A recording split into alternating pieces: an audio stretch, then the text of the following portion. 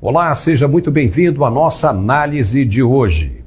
A conspiração globalista, que não tem nada a ver com globalização, fala abertamente da nova ordem mundial. Você já deve ter ouvido falar sobre isso em algum momento. Então, para você entender um pouco melhor, nós vamos fazer aqui uma análise rápida e clara da situação.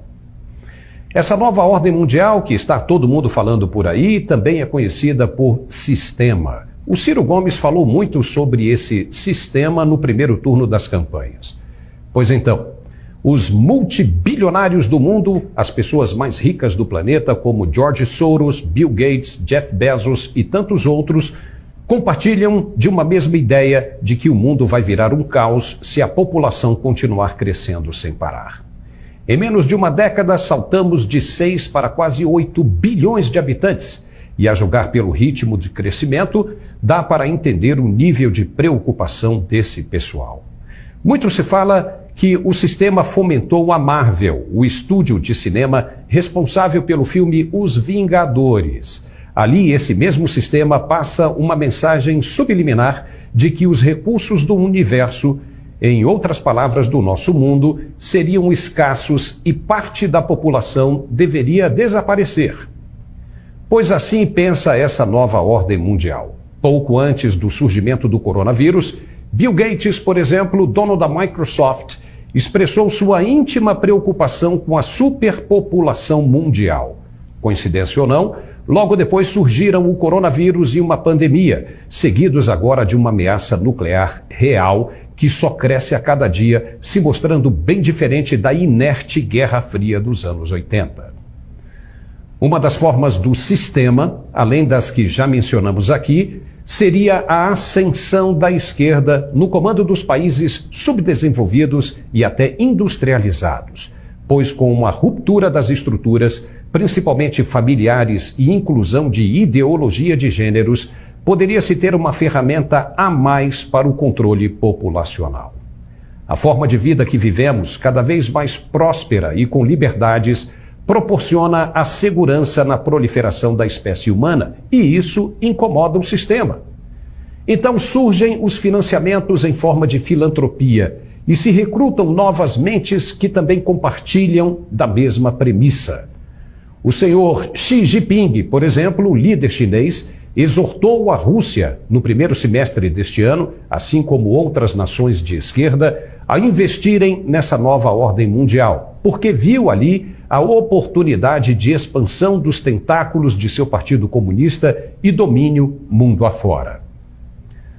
O que as nações comunistas menores não percebem, ofuscadas pela tentação de dominância de uma parcela do mundo, é que elas também são massa de manobra do sistema. Acham que terão mais domínio e liberdades para a disseminação das suas ideias socialistas. A proposta para a esquerda seria de um Estado grande, intervencionista e absolutista, mas que, de médio a longo prazo, traria mais pobreza, miséria e fome na população.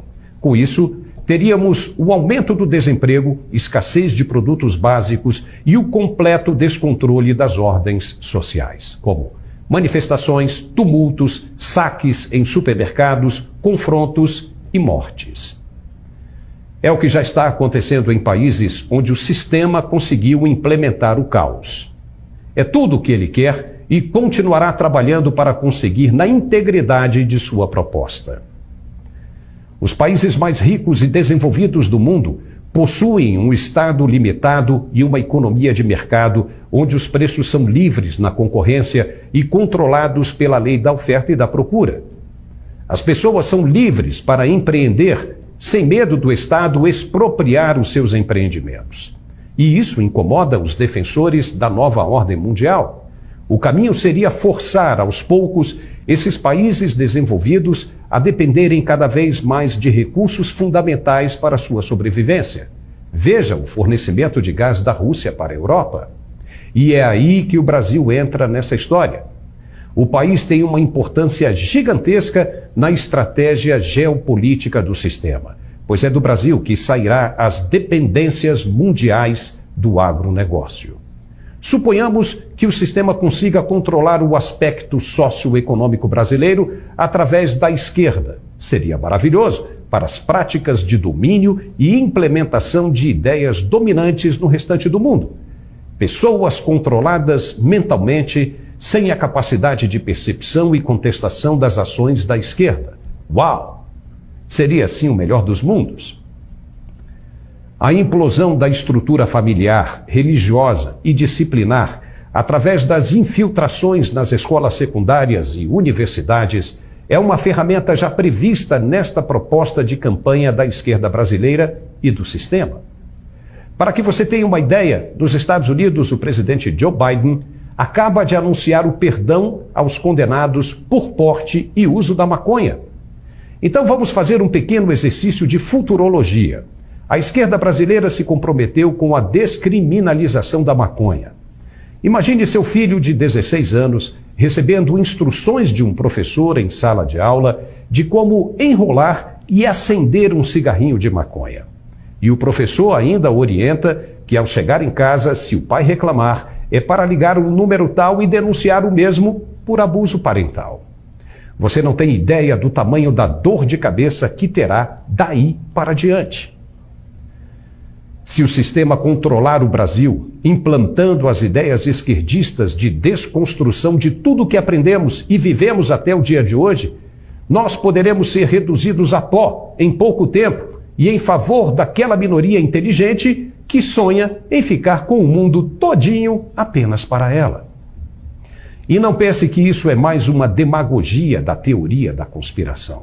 Nossa tendência é não acreditar porque foge do nosso cotidiano. Mas veja, foi dito pelo presidente da China, Xi Jinping, e endossado pelo russo Vladimir Putin.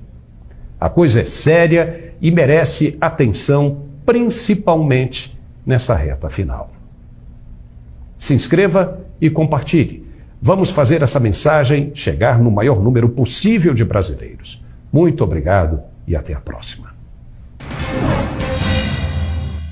Quai, seu app de vídeos curtos. Quai, seu app de vídeos curtos.